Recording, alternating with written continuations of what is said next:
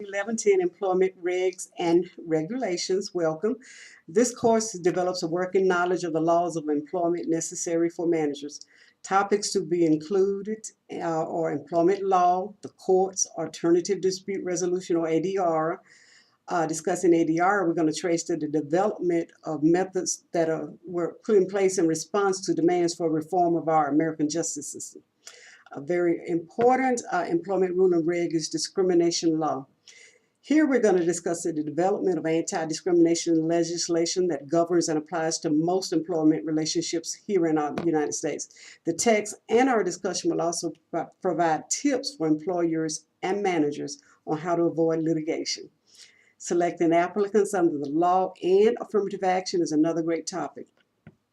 For over 40 years, equal employment opportunity has been the law of the land. It remains the principal subject of employment law activity and is well monitored by the EEOC and the OFCC, as well as state and local agencies. During the next few weeks, you're going to get a description of how employers must select, interview, evaluate, and otherwise qualify individuals for employment in compliance with these laws.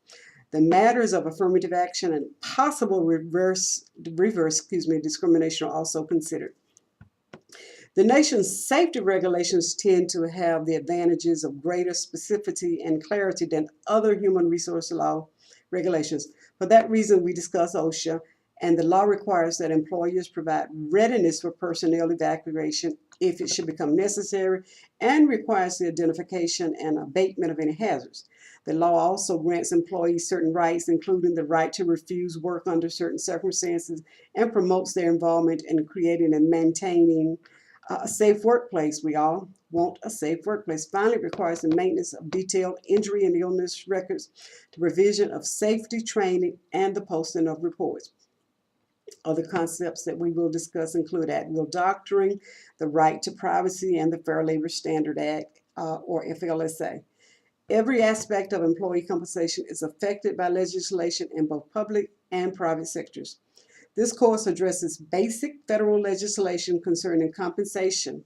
The Fair Labor Standards Act, which was adopted in 1938, defines employee activity that is compensable and eligible for overtime. During the 1930s, the government, in effect, mandated workers' comp and unemployment compensation, worker welfare initiatives that are administered by the state and that requires cost control measures by employers.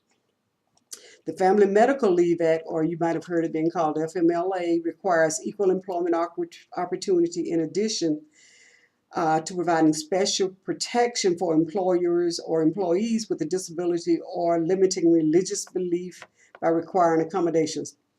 Laws such as the ADA, which was amended, and then FMLA and the Rehabilitation Act have required employees to make reasonable accommodations to otherwise qualified employees. Topics such as drugs and alcohol are discussed, along with HIV and AIDS in the workplace. Workers' comp, unemployment compensation, and the National Labor Relations Act are all equal important concepts that we're going to discuss. As you can see, we have a lot to cover, so buckle up. Let's get started.